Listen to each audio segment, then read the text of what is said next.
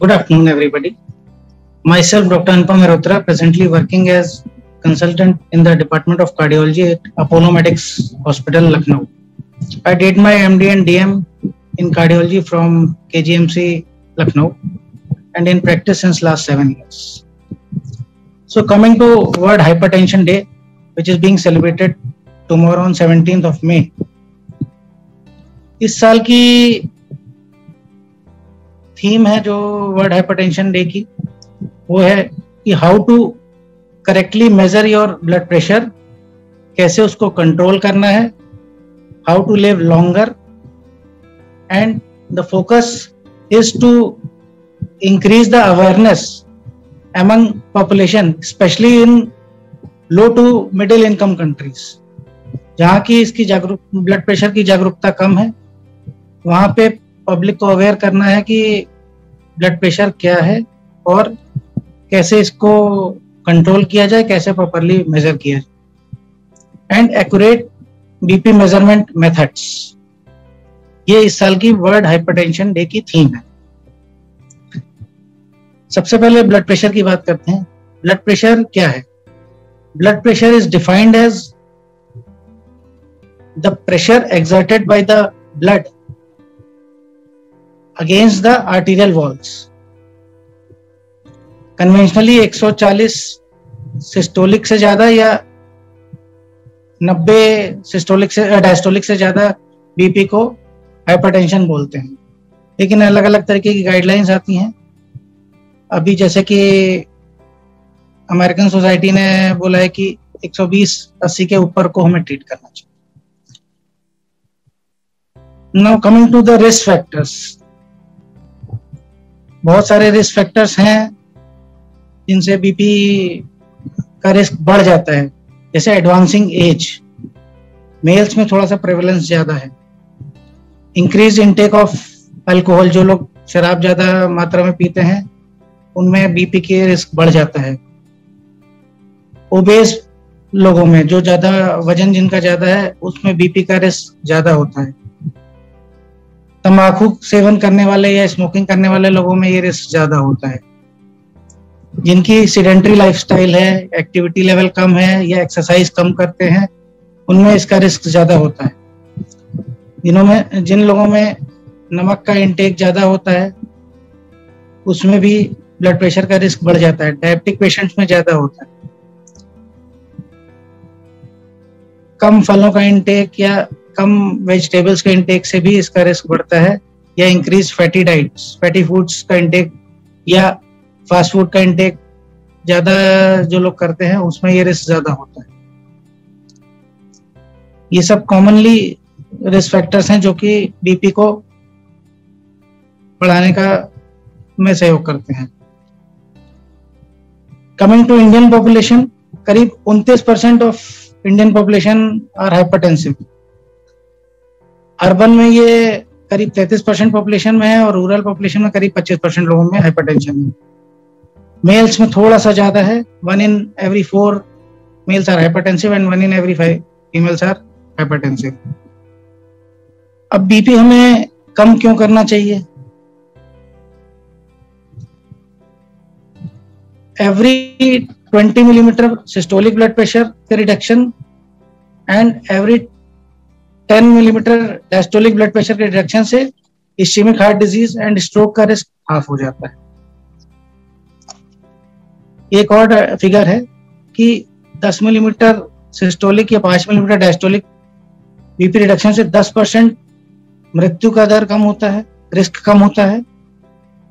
25% heart attack का risk कम होता है, 38% स्ट्रोक का रिस्क कम होता है और 50% हार्ट फेलियर का रिस्क कम होता है। और भारत में करीब रूरल पॉपुलेशन में सिर्फ 10% पॉपुलेशन में बीपी जो है कंट्रोल्ड होता है और अर्बन पॉपुलेशन में करीब 20% लोगों में बीपी वेल कंट्रोल्ड रहता है। हाइपरटेंशन के रिस्क क्या क्या है? अगर अनकंट्रोल्ड हाइपरटेंशन ज्यादा समय तक रहता है तो उससे इस्केमिक हार्ट डिजीज, जो हार्ट अटैक वगैरह होते हैं, उनका रिस्क बढ़ जाता है। ब्रेन स्ट्रोक का रिस्क बढ़ जाता है। विजन की प्रॉब्लम्स आ सकती है, किडनी पे असर पड़ सकता है, हार्ट फेलियर का रिस्क बढ़ सकता है।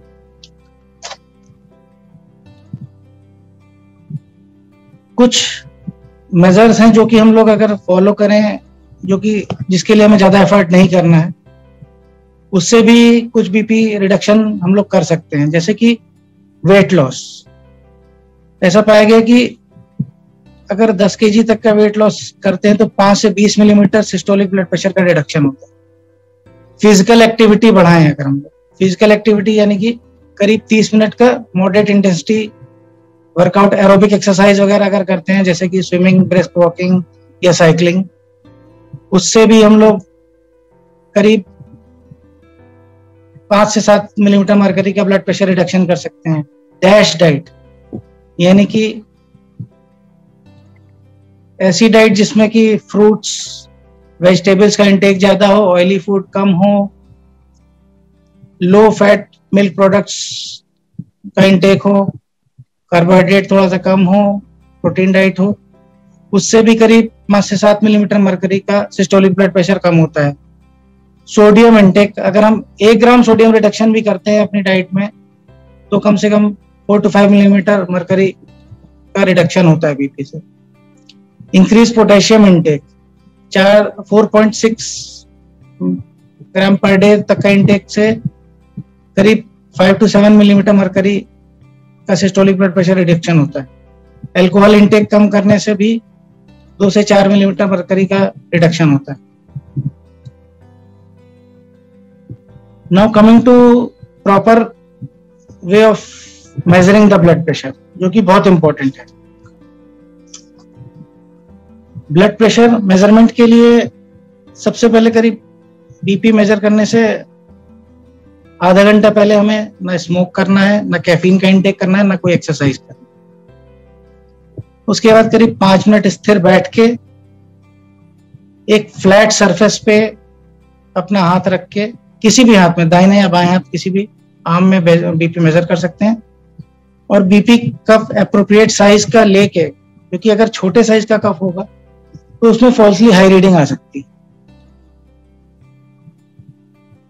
उसके बाद बीपी मेजरमेंट अगर इलेक्ट्रॉनिक मशीन से कर रहे हैं तो उसका बटन दबा दिया और जो बीपी रीडिंग आती है 1 मिनट बाद हमें फिर से बीपी रीडिंग लेके उसका एवरेज लेना है और एक चार्ट मेंटेन करें। सुबह करीब 2 बीपी रीडिंग्स लें और रात को करीब 1 बीपी रीडिंग खाने से पहले की लेके अपने फिजिशियन के पास या कार्डियोलॉजिस्ट के पास जाएं और then the doctor will decide कि बीपी की मेडिकेशन स्टार्ट करनी है कि नहीं।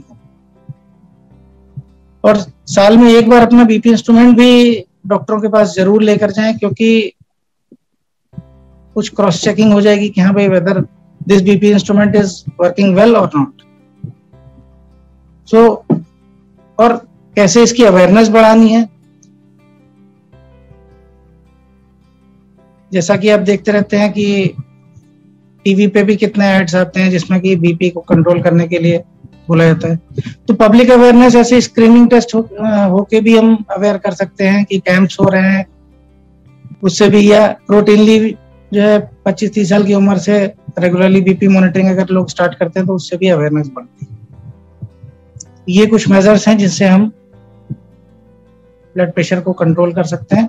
बाकी अपने डॉक्टर की सलाह के अकॉर्डिंग ही दवा लेनी। धन्यवाद।